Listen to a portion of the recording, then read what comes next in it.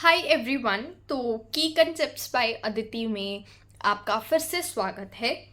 और आज हम करने जा रहे हैं पॉलीसेकेराइड्स पार्ट 1। ठीक है, 2 पार्ट्स में आएगा। आज हम पार्ट 1 करने जा रहे हैं। तो सबसे पहले ये इसकी क्लासिफिकेशंस है। हमने मोनोसेकेराइड्स को ऑब्वियसली कवर कर लिया था, जिसमें हमने ट्रायो शुगर की थी, टेट्रोज, पेंटोज, हेक्सोज, सिर्फ इसकी क्लासिफिकेशन की थी। लेकिन हमने structure glucose, fructose, ribose, deoxyribose के ही बनाए थे। फिर डाइसेकेराइड्स हमने की थी, जिसमें माल्टोज, सुक्रोज और प्लस लैक्टोज के बारे में भी हमने पढ़ा था। ये जस्ट एक रिविजन है। ठीक है, अब हम पॉलीसेकेराइड्स पर आ गए हैं। पॉलीसेकेराइड्स 2 टाइप्स के होते हैं, हेट्रोपॉलीसेकेराइड्स एंड होमोपॉलीसेकेराइड्स। आज हम होमोपॉलीसेकेराइड्स करने जा रहे हैं। ठीक है, तो होमोपॉलीसेकेराइड्स में सबसे पहले हम स्टार्च करेंगे, ग्लाइकोजन करेंगे, सेल्यूलोज, काइटिन, ये सारा आज हम करेंगे। तो होमोपॉलीसेकेराइड्स की हम क्लासिफिकेशन कैसे कर सकते हैं, जरा देखिए जरा। होमोपॉलीसेकेराइड्स की हम 2 तरीके से और क्लासिफिकेशन कर सकते हैं। दैट इज स्टोरेज, जो कि स्टोरेज के लिए यूजफुल है, एंड स्ट्रक्चरल। अरे स्पेलिंग गलत है भाई। ठीक है, स्ट्रक्चरल। ठीक है, अब स्टोरेज के लिए हमारे पास 3 कैटेगरीज है। कौन सी? सबसे पहले है स्टार्च, या पहले ग्लाइकोजन लिखते हैं। ग्लाइकोजन सबको पता है, ग्लाइकोजन, फिर स्टार्च और फिर इनोलिन। और स्ट्रक्चरल में, ठीक है, स्ट्रक्चरल में सेल्यूलोज पढ़ेंगे और उसके बाद काइटिन जो है वो पढ़ेंगे। ठीक है, आज हम करने जा रहे हैं ग्लाइकोजन। देखो, सबसे पहले अगर मैं डिफरेंस बताऊं स्टोरेज में, तो दे आर नॉन रिएक्टिव। ठीक है, इनर्ट होते हैं, रिएक्टिव नहीं होते। रिएक्टिव। और स्ट्रक्चरल में दे आर रिएक्टिव। ठीक है, अब यहां पर अगर मैं ग्लाइकोजन की बात करूं, तो ऑब्वियसली ये स्टोरेज होता है। कहां? एनिमल्स के अंदर। ठीक है, यहां पर ये सबसे पहले इसके पॉइंट्स लिखते हैं। ये एक ब्रांच्ड पॉलीमर है। अभी मैं आपको इसका स्ट्रक्चर बताऊंगी। ये एक ब्रांच्ड पॉलीमर है। ठीक है, किससे बना हुआ है? ये करीब करीब 30,000 अल्फा डी ग्लूकोज से बना होता है। ठीक है, और ये कहां मिलता है? स्टोरेज पॉलीसेकेराइड है तो कहां मिलता है भाई? लिवर के अंदर मिलता है। ठीक है, ये सब इसके पॉइंट्स है। और इसमें इंटेंस ब्रांचिंग होती है, बहुत ब्रांचिंग होती है। ब्रांचिंग, इंटेंस ब्रांचिंग होती है। लिख लेना यहां पर, इंटेंस ब्रांचिंग। बहुत ज्यादा इंटेंस ब्रांचिंग जो है वो ग्लाइकोजन के अंदर होती है। तो ग्लाइकोजन में ब्रांच्ड पॉलीमर कैसे हुआ? देखो, सपोज देखते हैं, आ जाओ। मैंने बोला ये अल्फा ग्लूकोज से बना होगा, तो कोई भी 2 अल्फा ग्लूकोज ले लो। ये मैंने अल्फा ग्लूकोज ले ली। ठीक है, ठीक है, समझ आया। अब यहां पर क्या लोगे?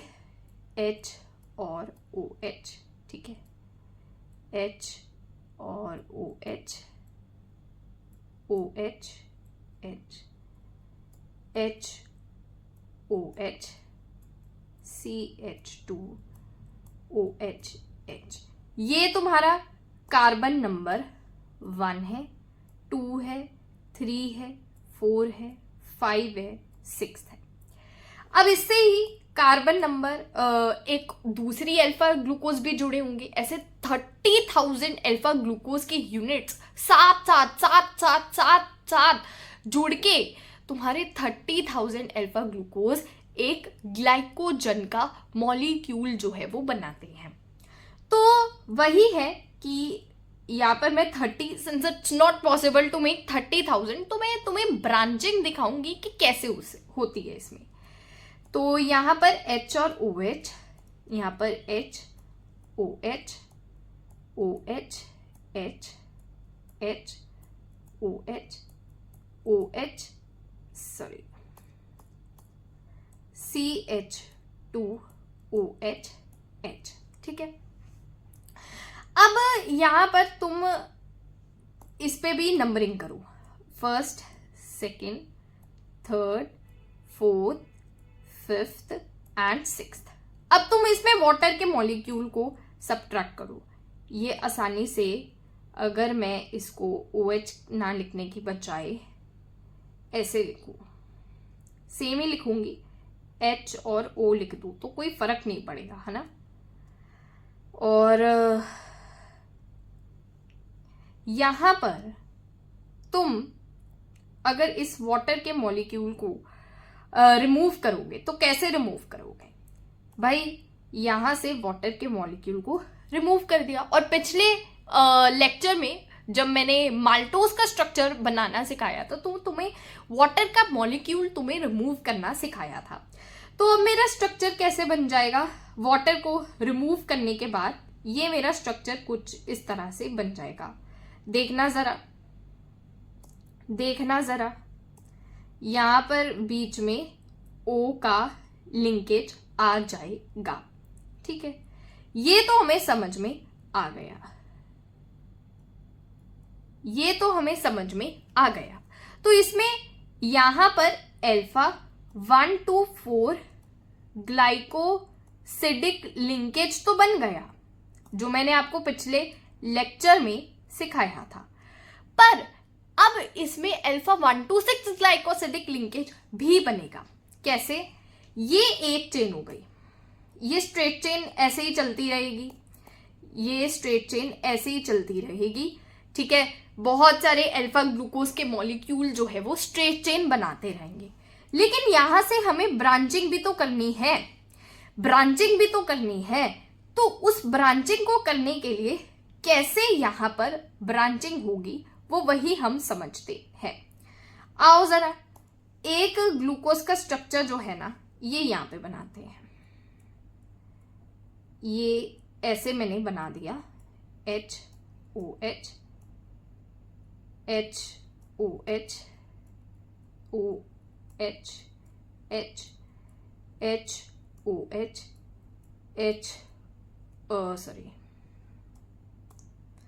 CH2OH H, ठीक है। ये मैंने ग्लूकोज का स्ट्रक्चर यहाँ पे बना दिया। अब यहाँ पे तुम्हें वाटर को रिमूव करना है, तो तुम of course this will be your 6th carbon और ये 1st कार्बन। अरे भाई ये देखो, ये 1st है, ये 2nd है, ये 3rd है, ये 4th है, ये 5th है और ये 6th है। तो तुम जनरली ये 1st कार्बन और ये 6th कार्बन से तुम वाटर को रिमूव कर रहे हो। मेरी बात क्या है कि तुम यहां पर वाटर को रिमूव कर रहे हो, ठीक है। तो यहां पर लिंकेज क्या आएगी? ध्यान से जरा देखो, लिंकेज यहां पर क्या आएगी और कैसे यहां पर बॉन्ड बनेगा वो देखो। अब जरा देखो,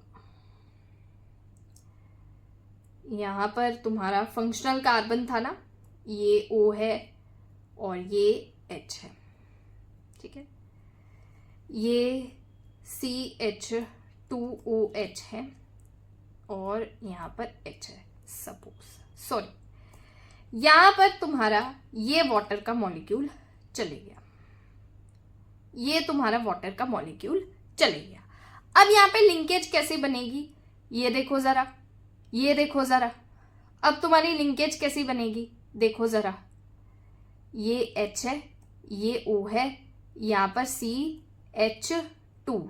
वाटर तो ऑब्वियसली चले गया था ना, वाटर तो ऑब्वियसली चले गया था। देखो अभी मैं सेपरेट पेज पे तुम्हें बना के भी दिखा दूंगी।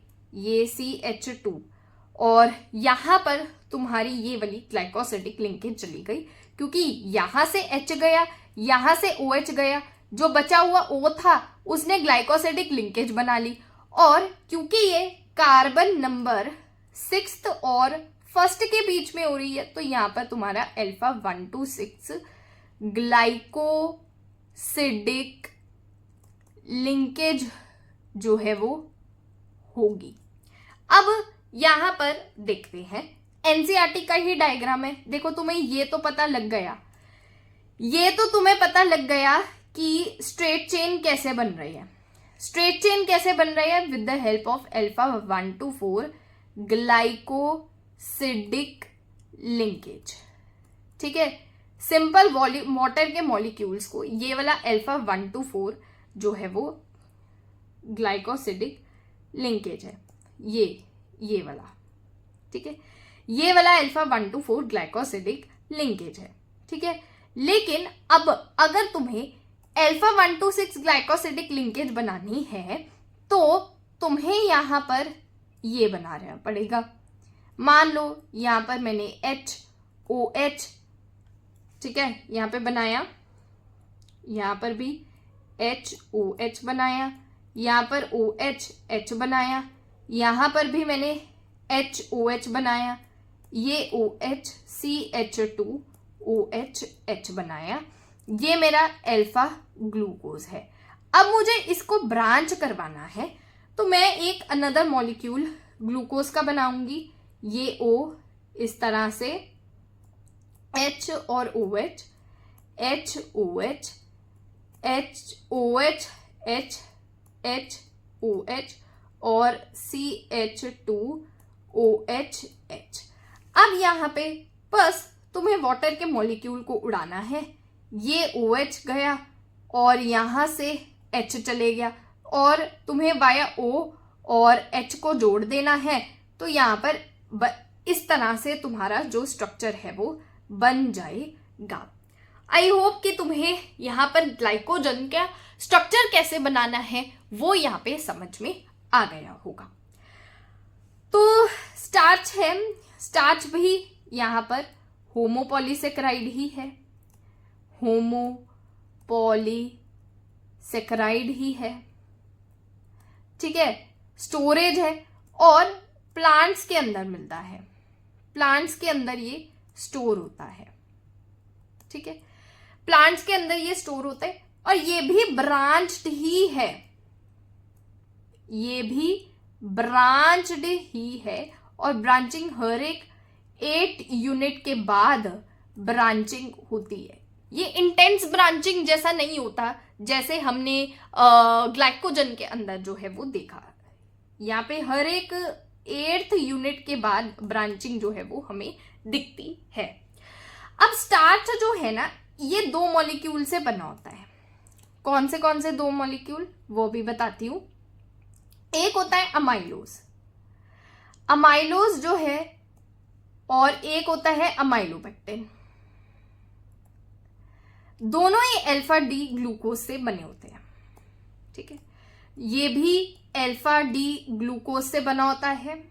ठीक है, और ये भी अल्फा डी ग्लूकोज से ही बना होता है। तो डिफरेंस क्या है, ये सिर्फ और सिर्फ अल्फा 124 लिंकेज ही दिखाता है। ये अल्फा 124 ग्लाइकोसिडिक लिंकेज को ही दिखाता है। और ये जो है, ये बोथ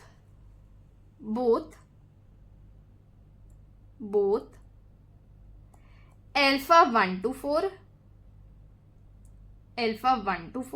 एंड अल्फा 126 जो ब्रांचिंग में होता है, ये ग्लाइकोसिडिक लिंकेज को बताता है। और ये जो है ना वो इनसॉल्युबल है, ये इनसॉल्युबल है, ठीक है, और ये जो है वो सॉल्युबल है। अच्छा, मोस्ट इंपॉर्टेंट बात ये याद में रखनी है कि जो अमाइलोज का स्ट्रक्चर होता है ना, उस पे ऐसे ऐसे रिपीटेड यूनिट्स होती हैं, और इसके अंदर ही बहुत ज्यादा इंपॉर्टेंट है, इसके अंदर ही आयोडीन अटैच होता है, इसके अंदर ही आयोडीन जो है वो ट्रैप हो जाता है, और इसके कारण ही जो स्टार्च का ब्लू कलर देखने को मिलता है व्हेन पुट इन आयोडीन। बहुत ज्यादा इंपॉर्टेंट है कि जब हम इसको स्टार्च को आयोडीन के अंदर रखें तो उसको जब आयोडीन में रखने से हम स्टार्च का कलर जो है वो ब्लू क्यों देखते हैं, बिकॉज जो आयोडीन है उसके मॉलिक्यूल्स अमाइलोज के हेलिकल स्ट्रक्चर के अंदर ट्रैप हो जाते हैं, जिसके कारण ब्लू कलर हमें दिखता है। आई रिपीट, स्टार्च का कलर ब्लू क्यों आता है व्हेन पुट इन आयोडीन, क्योंकि स्टार्च के जो मॉलिक्यूल्स है, आयोडीन के जो मॉलिक्यूल है I2 मॉलिक्यूल, वो स्टार्च के एमाइलोज कंपोनेंट के अंदर ट्रैप हो जाते हैं, जिसके कारण ब्लू कलर हमें देखने को मिलता है। ठीक है, अब ये भी ऐसा ही है, ये भी तुम ऐसा ही देखोगे कि यहां पर जो ब्रांचिंग होगी, सेम स्ट्रक्चर ग्लाइकोजन का है, ठीक है, तो सेम एज ग्लाइकोजन स्ट्रक्चर। फर्क ये है, ग्लाइकोजन जो है वो प्लांट्स के अंदर जो एनिमल्स के अंदर मिलता है इन द लिवर, और स्टार्च जो है it is a storage polysaccharide in plants. ठीक है, तो ब्रांचिंग में ये बहुत ध्यान में रखना है कि ब्रांचिंग में अल्फा 1,2,6 ग्लाइकोसिडिक लिंकेज होती है, और अनब्रांचिंग में या स्ट्रेट चेन में, तुम कह सकते हो स्ट्रेट चेन में तुम्हारे पास अल्फा 1,2,4 ग्लाइकोसिडिक लिंकेज जो है वो होती है। बस खत्म, स्ट्रक्चर सेम है। मैंने क्या बोला, क्या है, अल्फा 1,2,4 ग्लाइकोसिडिक लिंकेज जो है वो होती है ग्लाइकोजन के अंदर स्ट्रेट चेन में, और अल्फा 1,2,6 ये 1 है, ये 6 है, और इसके अंदर जो ब्रांचिंग होती है वो, ठीक है, वो होती है अल्फा 1,2,6 ग्लाइकोसिडिक लिंकेज जो है वो ब्रांचिंग के केस में होती है, और वही मैंने जो है वो स्टार्च के अंदर लिखवाया, और यही एक सारा जो है वो कंक्लूजन है सारा स्ट्रक्चर का। अल्फा 1,2,4 स्ट्रेट चेन में बनाना है, अल्फा 1,2,6 जो है वो तुम्हारा ब्रांचिंग में आएगा। ठीक है, चलिए अब आते हैं इनुलिन, और इनुलिन जो है इट इज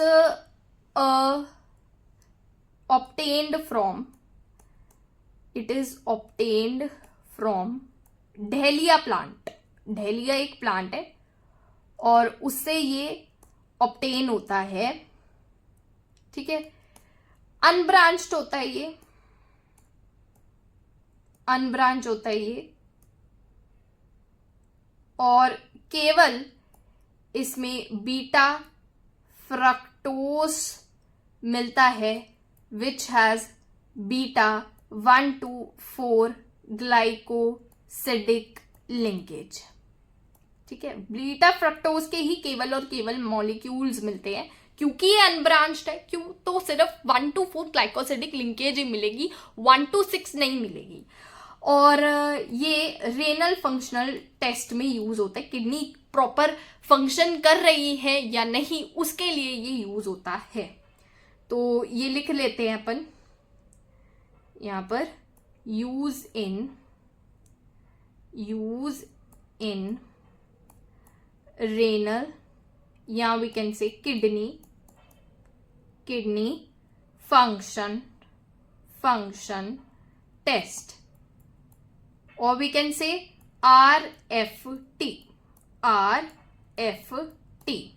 तो आई होप आपको समझ में आया होगा, and in the next lecture will discuss about the structural polysaccharide, जिसमें सेल्यूलोज और काइटिन आएगा, और उसके बाद हम हेट्रोपॉलीसेकेराइड्स जो कि